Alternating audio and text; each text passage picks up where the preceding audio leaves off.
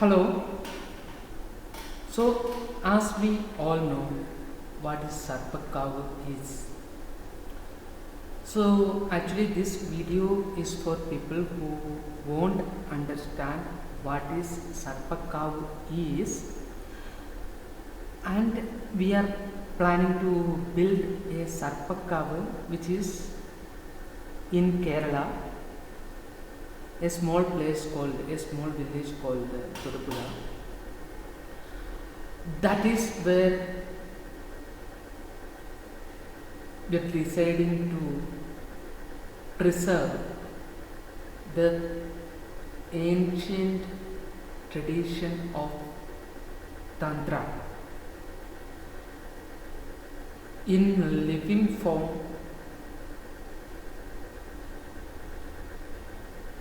and in a resonatable form of energy. So let's see what is this Sarpakavu is all about. You can see in this image, this is a serpent deity which is being worshipped with turmeric, kungum and sandal. If we look at into Sarpakavu more clearly, we can understand it is a residence of a lot of microorganisms, flora, microbiologies, and sadhus, sadhakas, and tantric teachers. They will teach in tantric form.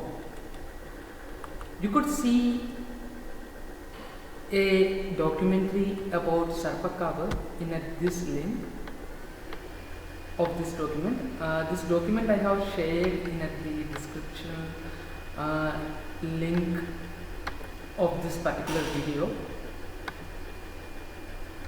And there is a nakshatra which is associated with Sarpas. I mean the Nagas. Nagas is the name of this particular god, and that nakshatra is nothing but Ashlesha. That also you could read about the Ashlesha nakshatra from this link over here. So let's see why serpent and what is this serpent is all about. So if we talk about serpent, we have to think about the Tantra, the Sri Vidya worship. So let's start think about the serpent worship in Tantra.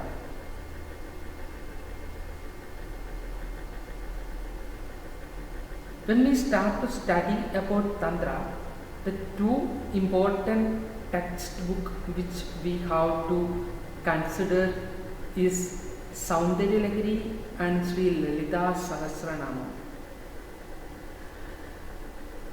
And these two books which talks about yogic science is about Tantra.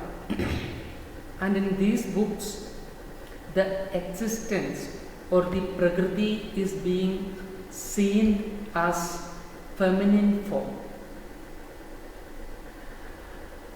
a non-ending, non-beginning, non-ending, non-middle, eternity of feminine existence.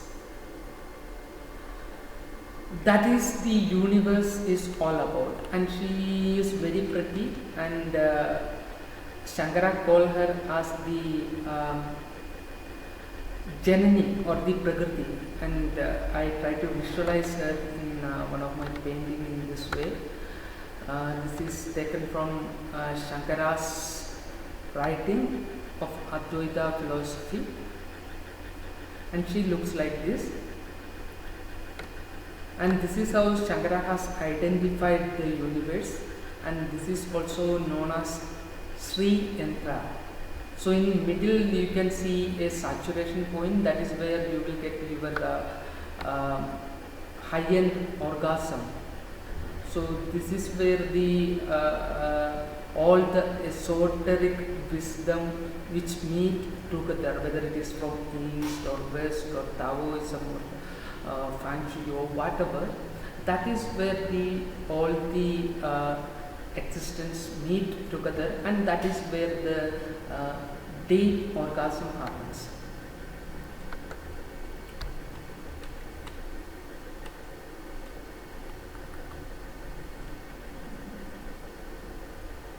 And in Tantra, the Kundalini gland, that looks like a serpent.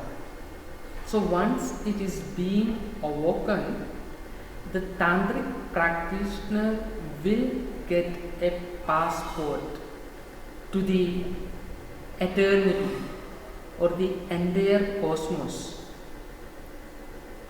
That is why the serpent is being worshipped in most part of the India. As all of us know, the Tantric practices is being started in Kerala in its topmost form. That is the reason there is a lot of Teyyam and other artifacts like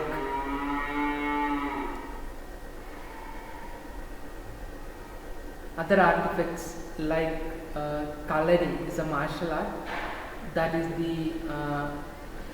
got birth in Kerala in this particular place.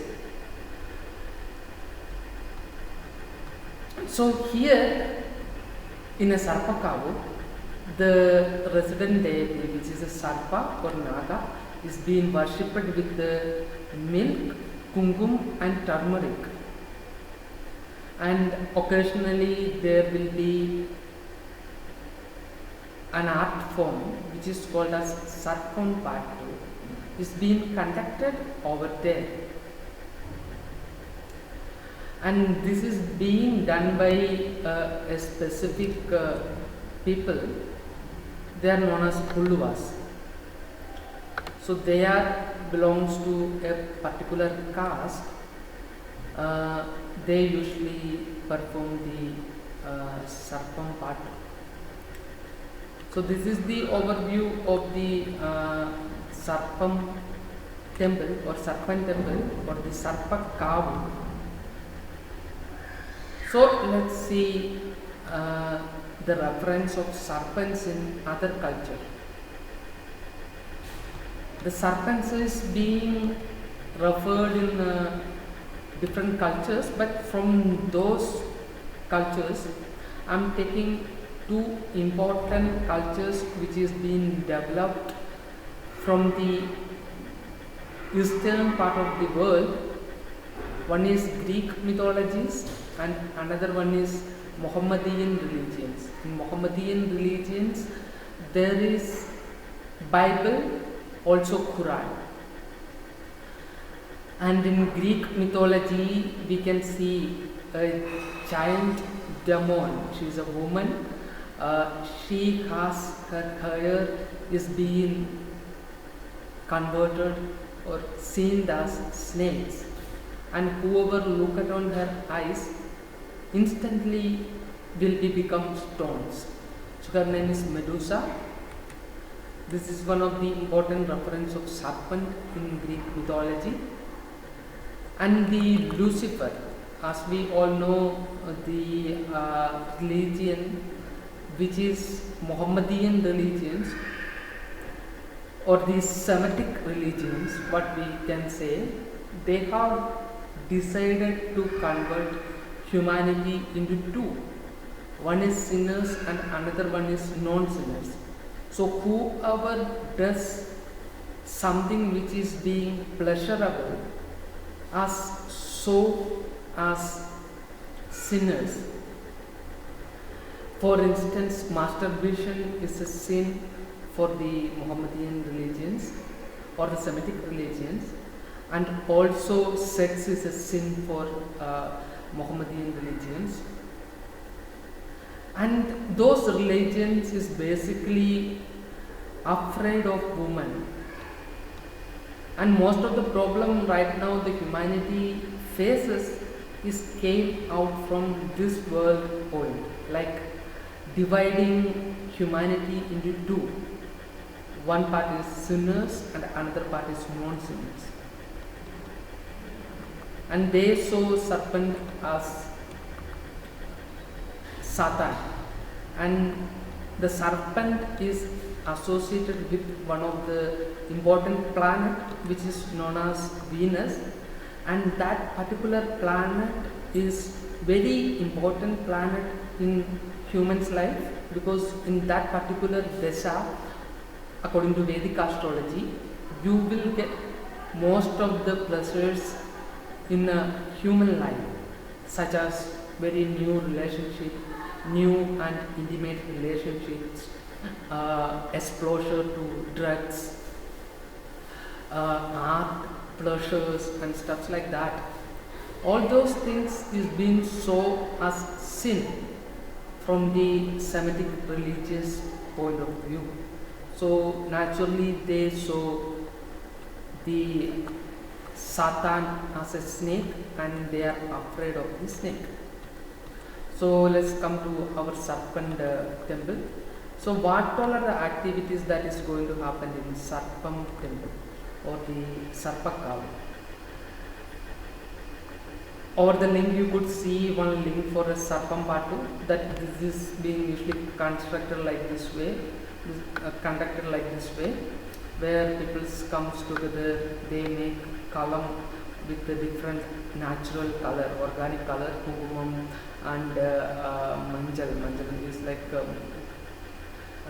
and you know, rice powders and stuffs like that. Then people will start to sing the song of Sarpa, and people started to dance according to the Sarpam Patu, and that is nothing but where you will get connected to the organic existence of the nature, and you will go to the natural state where you are existing.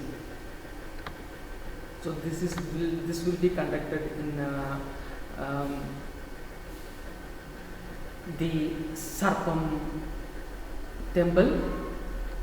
Then there will be food will be served, that is from the mixture of different cultures, and there will be an open kitchen where people can go and cook their food, and the residents will be naturally aligned organic residency where people can come and stay without any kind of resistance, with a lot of freedom. And the construction method will be based on Tantra Samuchayam. It's a book that talks about the different construction method of energetic spots like temples and things like that. So I think I covered most of the things in this video, and thank you for watching.